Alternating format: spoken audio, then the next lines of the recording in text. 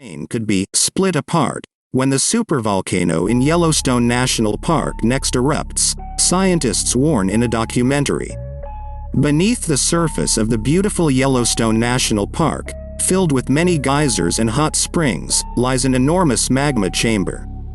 According to an analysis of earthquake data 8 years ago, the magma chamber is 80 kilometers, 50 miles, long and 20 kilometers, 12 miles, wide.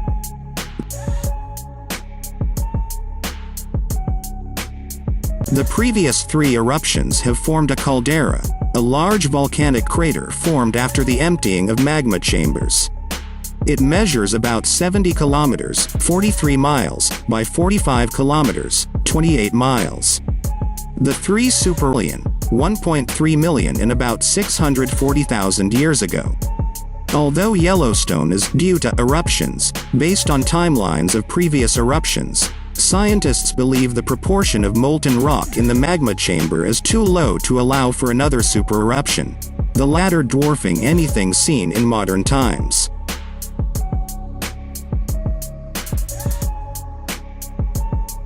The eruption 640,000 years ago is believed to be 1,000 times larger than the devastating eruption of Mount St. Helens in 1980.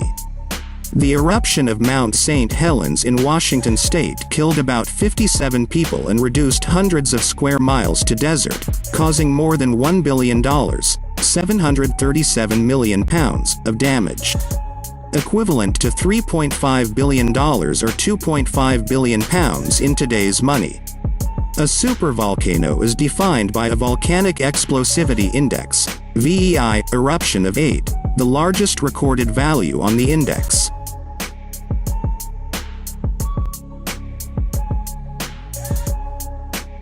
Mount St. Helens has a VEI of 5.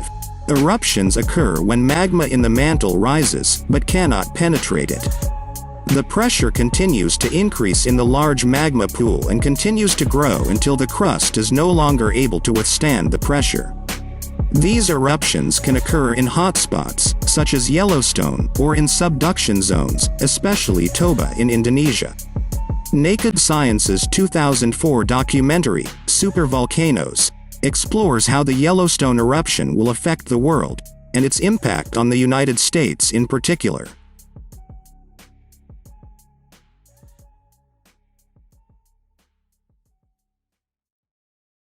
The explosion itself would be enormous, but nothing compared to what was to come next. The documentary's narrator says, "Spreading from Yellowstone will come one of nature's deadliest forces, a vicious and deadly cloud of rock, ash, and gas called pyroclastic flows." Professor Bill Maguire, one of Britain's foremost volcanologists, told the documentary, "Pyroclastic flows are the most repulsive of all volcanic phenomena.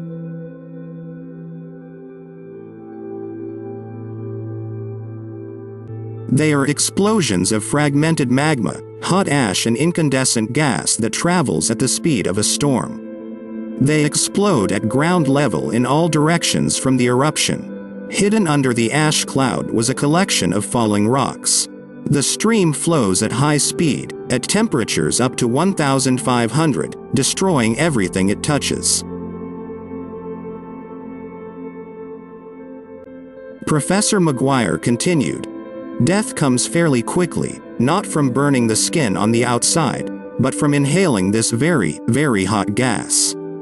They literally destroy the lungs and throat almost instantly.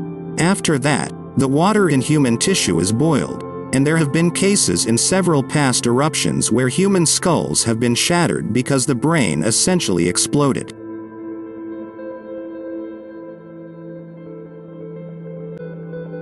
When New Zealand's Taupo volcano, another supervolcano, last erupted, it produced one of the most geologically violent eruptions in recent times. About 1,800 years ago, Taupo erupted in what is known as the Hatepe eruption. It remains the world's most powerful eruption in the last 5,000 years. The main pyroclastic flow rose by about 1,500 meters, and covered the within 80 kilometers, 50 miles, with overlying igneous rock.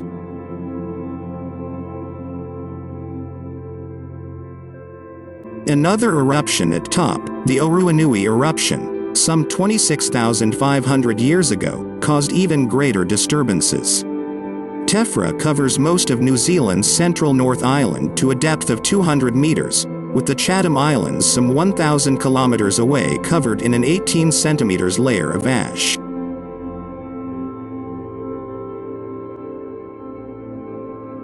In the case of Yellowstone, an eruption is not seen as imminent. Scientific analysis in 2013 showed about 6 to 8% of the magma chamber, with an underground volume of 4,000 cubic kilometers, is filled with molten rock. Although the magma chamber is about 2.5 times larger than previously thought, the proportion of molten rock is too low to allow another eruption.